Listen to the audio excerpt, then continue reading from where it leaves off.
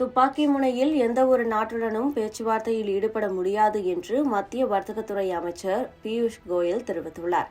அமெரிக்க அதிபர் Donald Trump 90 நாட்கள் வரி விதிப்பை நிறுத்தி வைத்து இருக்கக்கூடிய நேரத்தில் பியூஷ் கோயல் இவ்வாறு பேசியிருப்பது முக்கியத்துவம் பெற்றுள்ளது.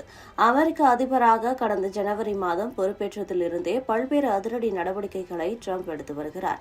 அமெரிக்காவிற்குள் சட்டவிரோதமாக குடியேறியவர்கள் வெளியேற்றுவது, வரி விதிப்பு என அடுத்தடுத்து அதிரடி காட்டி வருகிறார். அதிலும் டிரம்ப் எடுத்துள்ள பரஸ்பர வரி விதிப்பு நடவடிக்கை சர்வதேச அளவில் பொருளாதாரத்தை ஆட்டம் காண வைத்துள்ளது. அமெரிக்க பொருட்களுக்கு ஒவ்வொரு நாடும் விதிக்கும் வரிக்கு சமமாக வரி விதிக்கப் போவதாக டிரம்ப் அறிவித்தார். அதன்படி கடந்த 2ஆம் தேதி இந்தியா உட்பட 75 நாடுகளுக்கான வரி விதிப்பை வெளியிட்டார். சீன பொருட்கள் மீது முதலில் 20%, பிறகு 34% வரி விதித்திருந்தார். சீனாவும் பதிலடியாக அமெரிக்க பொருட்களுக்கு மீது 34% வரி விதித்து கடும் கோபம் அடைந்த டிரம்ப் சீன பொருட்கள் மீது மேலும் 50% வரியை விதித்திருந்தார். கடந்த 9ஆம் தேதி சீனாவை தவிர பிற நாடுகள் மீதான வரி விதிப்பை 90 நாட்கள் டிரம்ப் நிறுத்தி வைத்துள்ளார். பரஸ்பர வரி தொடர்பாக பேச்சுவார்த்தைக்கு பல்வேறு நாடுகள் முன்வந்து இருப்பதாகவும் அவர்கள் கோரிக்கையை ஏற்று இந்த 90 நாட்களுக்கு வரி நிறுத்தம் செய்யப்பட்டுள்ளதாகவும் டிரம்ப் கூறியுள்ளார். இந்த நிலையில் துப்பாக்கி முனையில் எந்த ஒரு நாடுடனும் பேச்சுவார்த்தையில் ஈடுபட முடியாது என்று மத்திய அரசு தெரிவித்துள்ளது.